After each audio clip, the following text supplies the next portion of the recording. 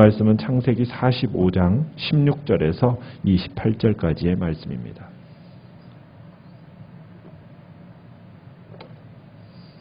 (45장 16절) 제가 먼저 읽겠습니다.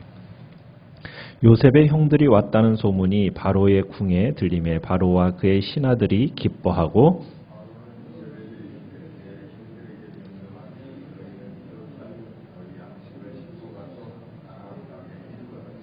너희 아버지와 너희 가족을 이끌고 내게로 오라. 내가 너희에게 애굽의 좋은 땅을 주리니 너희가 나라의 기름진 것을 먹으리라.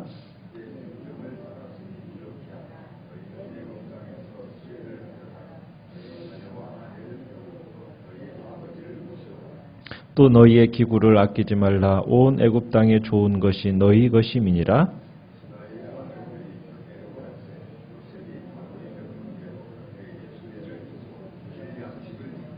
또 그들에게 다 각기 옷 한 벌씩을 주되 베냐민에게는 은 300과 옷 5벌을 주고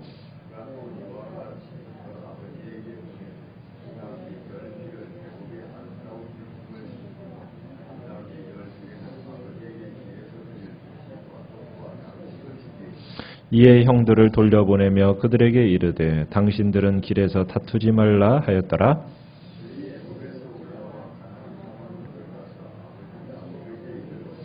알리어 이르되 요셉이 지금까지 살아있어 애굽 땅 총리가 되었더이다. 야곱이 그들의 말을 믿지 못하여 어리둥절하더니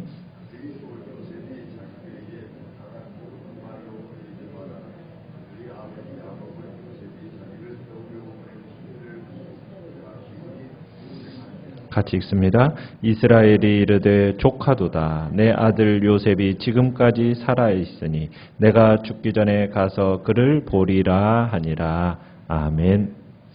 오늘 말씀은 애굽살이를 위한 가족 부흥회라는 제목으로 말씀을 나누고자 합니다. 오늘 본문은 요셉과 애굽 바로가 야곱 가족을 애굽으로 초청하는 장면입니다. 요셉과 함께 상봉 소식을 전해들은 바로가 형제들을 불러서 환대하고 야곱 가족을 이제 애굽으로 공식 초청하는 것이죠. 이로써 이제 요셉을 통해 야곱 가문을 애굽으로 이제 이주시킴으로써 하나님께서 언약 백성을 보호하시고 이제 큰 민족으로서 번성케 하시기 위한 하나님의 그 계획 성취를 이제 목전에 두게 된 것입니다. 자, 요셉의 형들이 애굽에 왔다는 이 소식을 이제 바로가 듣고 나서 보인 반응은 어떻습니까? 16절에 보면 요셉의 형들이 왔다는 소식이 궁궐에 알려지니까 온 나라가 기뻐했다라고 얘기하고 있습니다. 그러나 바로는 요셉과 형제들이 나눈 이야기에 대해서는 대화에 대해서는 전혀 알지 못했죠. 요셉이 애굽 모든 사람들을 내보냈기 때문에 무슨 얘기가 있었는지 형제들 간의 화해 시간을 가졌다라는 거, 이 사실에 대해서는 전혀 알지 못하고 그저 만났다라는 것으로 인하여서 아마 기뻐했을 것으로 이제 생각을 했을 것입니다. 아마 바로는 요셉을 노예로 팔아버리는 사람들이 형이라는 사실을 꿈에도 상상하지 못했을 겁니다. 바로가 이 사실을 알았다면 그 집안을 뭐라고 생각했겠습니까? 콩가루 집안이라고 생각했겠죠. 그런데 바로는 이 사실을 알지 못했어요. 그러니까 때로는 아픔과 수치라는 것은 드러내놓지 않는 것이 좋을 때가 있습니다. 그냥 당사자들끼리 아픔과 수치를 서로 그렇게 해결을 하고 때로는 홀로 감당하는 것이 바람직하기도 합니다. 그것을 꼭 오픈한다고 해서 그것이 꼭 좋은 것은 아니라는 거죠. 자기 스스로 감당해야 될 때는 아픔과 수치를 홀로 감당하는 것이고 또 당사자들끼리는 당사자들끼리 그 문제를 해결해 나아가는 것, 그것이 바람직한 모습이기도 한 겁니다. 자, 바로는 이들의 애굽 생활을 풍성하게 보장해 줄 것을 기쁘게 약속을 합니다. 그래서 바로는 야곱과 그의 자손들이 타고 올 수레를 보내주기로 하죠. 19절에 가보면 너희는 애굽 땅에서 수레를 가져다가 너희 자녀와 아내를 태우고 너희 아버지를 모셔와라 하면서 수레를 보내주기로 합니다. 그리고 18절에 가보면은 오기만 하면 애굽 땅에서 가장 좋은 땅을 내가 주겠다. 또 20절에 가보면은 모든 면에서 가장 좋은 것, 애굽의 최고의 것들로 너희들한테 줄 테니까 애굽 가나안 땅에 있는 짐 가져오지 말라. 기구 아끼지 말고 다 버리고 와라. 여기 애굽 땅에서 최고급 것으로 너희들에게 다 주겠다. 지금 바로가 지금 이제 약속을 하고 있는 겁니다. 근데 바로는 이 요셉의 형제들이 목자다라는 사실은 알지 못했던 것 같아요. 그러니까 원하는 땅을 다 주겠다고 하는 겁니다. 왜냐하면 그 당시에 목자들은 나일강의 델타 지역이라는 곳이 있거든요. 그곳에서만 살도록 되어 있었어요.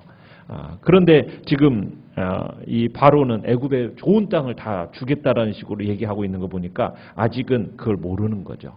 또 애굽의 이제 바로는 애굽에서 생산되는 온갖 진귀한 물건들을 또 야곱에게 이렇게 선물로 보냅니다. 왜냐하면 지금까지 요셉을 통해서 지금 바로가 상상할 수 없는 부를 누리게 된 겁니다. 또한 기근이라는 어떤 국제적인 위기 상황 속에서 이 요셉 덕분에 어떤 일이 났어요? 애굽의 위상이 한껏 올라갔거든요. 그러면서 바로의 통치가 더욱 확고해지는 그런 기회를 맞이했던 겁니다. 그러니까 어떻게 보면 바로는 요셉을 어떻게 생각하는 거예요? 은인으로 생각을 하는 겁니다. 그래서 요셉에게 뭔가 많이 해주고 싶었던 거예요. 그랬는데 절호의 찬스가 온 거죠. 가족들을 만나고 가족들을 이제 이제 이주시키려는 그런 마음 품으니까 이때 그냥 풍성하게 베풀려는 그런 마음을 바로가 가졌던 겁니다. 자, 그래서 요셉은 바로가 이제 명령한 대로 형제들이 고향으로 돌아가는 길에 필요한 모든 것을 공급해 줍니다. 개인적으로도 이제 요셉이 아버지와 형제들에게 선물을 주는데 21절에 보면은 먼저 수레를 주고요. 길에서 먹을 양식을 주고 그 다음에 22절에서는 무엇을 줍니까? 옷을 줍니다. 각기 입을 옷을 줘요. 형들에게 새 옷 한 벌씩 주고 베냐민에게는 은 300에다가 옷 5벌을 줍니다. 그리고 아버지에게는 23절에 보면 순하귀 열필에 애굽의 아름다운 물품을 실려보내고 또 암나귀 열필에는 아버지가 이제 길에서 먹을 양식들, 곡식들, 떡 이런 것들을 이제 또 다 보냅니다. 자, 그런데 우리가 이 요셉이 형들에게 새 옷을 주잖아요. 이 새 옷을 주는 걸 통해서 아마 형들은 옛날에 자신의 몸에서 빼앗았던, 벗겼던 아마 채색 옷을 기억했을 겁니다. 그러면서 이 옷을 주면서 더 이상은 남의 옷을 탐내지 말라는 거죠. 이제 당신들은 이 옷이 당신들의 옷이다. 옛날에는 아버지가 나한테만 옷을 주셨는데 이제 형님들을 사랑하지 않고 저만 사랑한다는 표현이었지만 이제 저는 형님들에게 모두 이 옷을 드립니다. 제가 형님들을 사랑하고 인정한다는 표시로 지금 이 옷을 주는 거예요. 그러면서 이 옷을 주는 일은 이제 형제들이 요셉을 어떻게 보면은 팔아버린 일에서 비롯된 이 모든 슬픔, 아픔 이런 거 다 끝났다라는 것을 상징적으로 보여주는 것이 이 옷을 준 것에서 우리들이 볼 수 있는 겁니다. 그러면서 24절에 요셉이 귀향길에 오르는 형들에게 뭐 하지 말라고 그럽니까? 길에서 다투지 말라 이렇게 부탁을 하고 있어요. 왜 이런 부탁을 할까요? 왜 길에서 다투지 말라 이런 부탁을 했을까요? 왜 그러냐면 돌아가는 길에 형들이 과거의 순간을 되새기면서 누구 때문에 이 요셉을 노예로 팔았나? 이 노예로 판 책임을 논쟁할까 염려했기 때문이에요. 형들이 과거에 요셉을 팔아본 일에 대해서 이제 뭐 하는 게 서로 책임을 떠넘기면서 다툴 우려가 있었다라는 거예요. 한편으로는 자기 죄를 인정하면서도 다른 한편으로는 자기가 그렇게 할 수밖에 없었던 이유가 다른 형제에게 있다. 이것을 찾으려는 가능성이 크기 때문에 지금 이런 얘기를 하는 겁니다. 특별히 집단으로 이렇게 범죄했을 때는 이런 현상이 나타난다는 거예요. 한편으로는 자기 죄를 시인하는가 하면서도 어떻게 해요? 다른 한편으로는 다른 사람에게 그렇게 충동질을 했던 그 사람을 원망하는 거. 이게 인간의 심리거든요. 그러니까 지금 하나님의 섭리로 인해서 지금 화해가 싹트지 않았습니까? 그랬는데 다시 이 일로 인해서 불화가 생기지는 않을까? 이것을 염려해서 미연에 방지하는 측면, 미연에 방지하는 어떤 사랑의 권면으로서 지금 요셉이 형제들에게 당신들은 길 가는 중에 절대로 다투지 말라고 권면하고 있는 겁니다. 참 요셉의 이 부탁을 통해서 참 사람의 심리를 잘 알고 있는 요셉을 볼 수 있는 거예요. 용서를 받은 후에 오히려 또한 죄의 양심의 그 고통이 느껴져서 또 심판의 두려움이 찾아온다라는 것을 잘 알았던 겁니다. 그러니까 요셉은 형들이 마땅히 기뻐하고 감사해야 할 때 마음에 뭘 느낄까 봐 양심의 또 가책을 느끼면서 또 깊은 죄의식 가운데 빠져들까 봐 또 스스로를 책망하거나 자책하고 또 서로를 원망할 가능성이 크다라는 것을 요셉은 누구보다도 잘 알았던 거예요. 그래서 요셉은 자신이 이렇게 살아있고 또 이 모든 일을 통해서 하나님의 뜻이 이루어졌으니 이것으로 다 끝난 거다. 더 이상 스스로를 자책하지 마라. 또 서로를 비난할 생각하지 말아라. 상대방의 허물을 들추어내서 서로를 아프게 하지 마라. 지금 이게 요셉의 마음인 겁니다. 당신들은 길에서 다투지 말라. 이걸 신학적으로 표현하자면 마치 이런 것 같아요. 그리스도 예수 안에 있는 자에게는 결코 정죄함이 없나니. 여러분, 우리 자신을 부끄럽게 만드는 과거의 무서운 죄들이 있습니다. 예수 그리스도를 믿기 전에 우리들이 하나님 앞에서 지었던 과거의 죄, 그것에 대해서 우리가 기억을 가지고 있어요.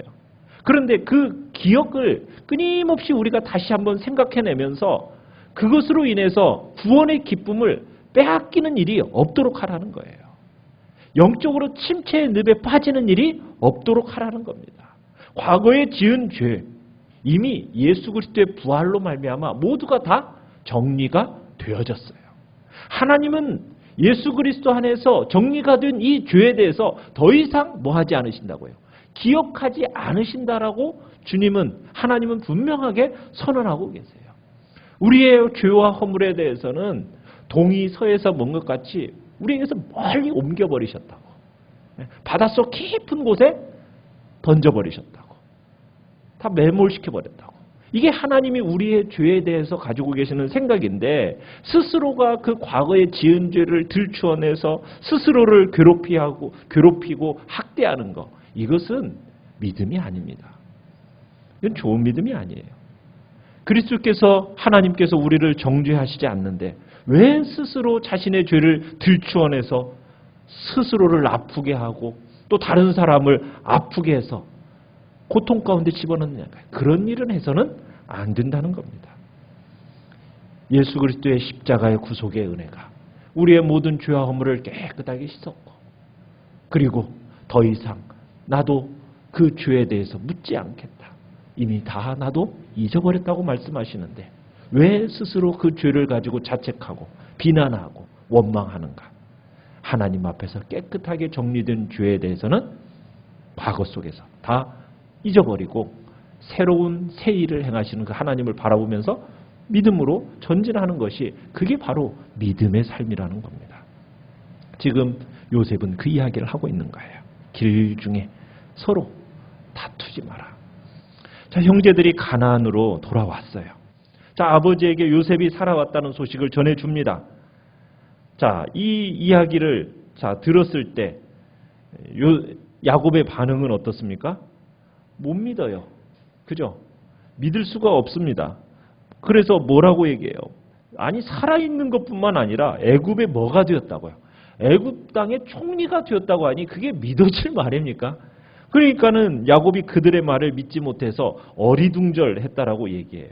그랬는데 27절에 요셉이 부탁한 모든 말로 말일 뿐만 아니라 보낸 태우려고 보낸 수레를 보고서야 뭘 했어요? 기운이 소생했다. 믿을 수 없었던 이 말이 믿어지게 된 거예요. 그죠? 수레들과 선물들을 보고서는 이 아들들이 진실을 말하고 있다는 사실을 인식하게 된 겁니다. 그러면서 야곱의 반응, 뭐라고 반응을 합니까? 28절에 이스라엘에 이르되 족하도다. 죽은 줄 알았던 요셉이 살아있을 뿐만 아니라 애굽의 총리가 되었다는 사실을 안 야곱, 족하도다 하면서 기쁨과 감격의 탄성을 지르는 겁니다. 그러니까 요셉이 살았다는 이 소식을 들은 야곱, 아마도 그래, 그러면 그렇지. 어떤 그 마음속에서 족하다 이 표현을 하는 거예요. 왜 그랬느냐면 요셉의 꿈을 야곱은 어떻게 했다고 얘기하고 있어요? 마음에 새겼다고 얘기하고 있어요. 요셉이 형제들과 부모에게 참으로 꿈 이야기를 했었잖아요. 그때 요셉에게 야단을 치면서도 야곱은 어떻게 했어요? 그 꿈에 대해서 그 마음속에 새겨놓고 있었어요. 아마 지난 20여 년 동안 아들들이 가져온 그 요셉의 옷, 피 묻은 그 채색 옷을 보면서 아마 그 버리지 않고 아마 그걸 가지고 있었을 거라고 생각이 돼요. 그걸 꺼내 보면서 그래도 혹시라는 어떤 기대감 속에서 그 기대감을 저버리지 못한 채 살아오지 않았을까. 그러다가 이런 소식이 날아들으니까 그러면 그렇지. 족하다 하면서 기쁨과 탄성을 질렀던 거죠. 그러면서 야곱이 얘기해요. 내가 죽기 전에 가서 그를 보겠다. 다짐을 하는 겁니다. 그의 늙은 몸, 마음, 새로운 의욕과 활기로 새롭게 태어나는 것을 보게 되는 겁니다. 우리는 야곱의 이 족하다라는 이 말 속에서 우리는 하나님 앞에 원망하거나 불평할 것이 아무것도 없다라는 것을 우리는 생각하게 되는 겁니다. 우리의 입술에서는 감사의 찬송이 나오고 내 삶에 하나님 앞에서 자족하는 은혜를 주님 앞에 보여드려야 되는 거죠. 야곱은 요셉을 잃었지만 사실은 잃은 게 아니었던 거예요. 그죠? 하나님께서 잠시 빌려가셨던 거죠. 그렇지 않습니까? 그 대신 하나님은 요셉을 통해서 놀라운 구원을 이루셨잖아요. 하나님께서 요셉을 돌려주실 때는 어때요? 병들고 지친 노예로 돌려주는 것이 아니라 가장 존귀하고 영광스러운 구원자로서 돌려주시는 것을 보게 되는 거예요. 우리가 그리스도로 인해서 예수 그리스도로 말미암아 뭔가를 잃어버렸습니까? 그건 잃어버린 게 아닙니다. 예수 그리스도 대제사장이 되신 그분의 가슴에 빛나는 보석으로서 영원히 남아있다라는 것을 기억하시길 바랍니다. 하나님 앞에서 우리가 잃어버리는 것, 그건 잃어버리는 게 아니라 잠시 빌려가셨다가 그곳에 하나님께서 기름을 부으셔서 수많은 영혼들을 구원하게 하는 놀라운 몇 곱절로 갚아주시는 복된 역사가 있게 될 것을 믿으시길 바라요. 그러기에 우리는 하나님 앞에서 감격하며 살아가는 거예요. 우리가 볼 때는 잃어버린 것 같지만 예수로 인해서 잃어버린 그거, 잃어버린 것이 아니라 잠시 하나님께서 빌려가셨다가 몇 곱절로 하나님이 갚아주시고 하나님의 놀라운 생명과 구원의 역사를 이루어 가실 거다.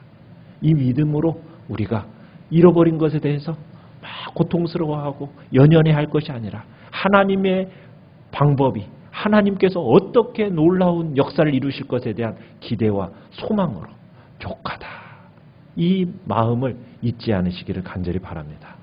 우리의 삶에 족하다라는 은혜, 감사의 마음이 항상 일어나시고 하나님께서 또한 이루신 일을 보면서 족하도다라고 고백하는 복된 은혜의 역사가 오늘 한날도 있기를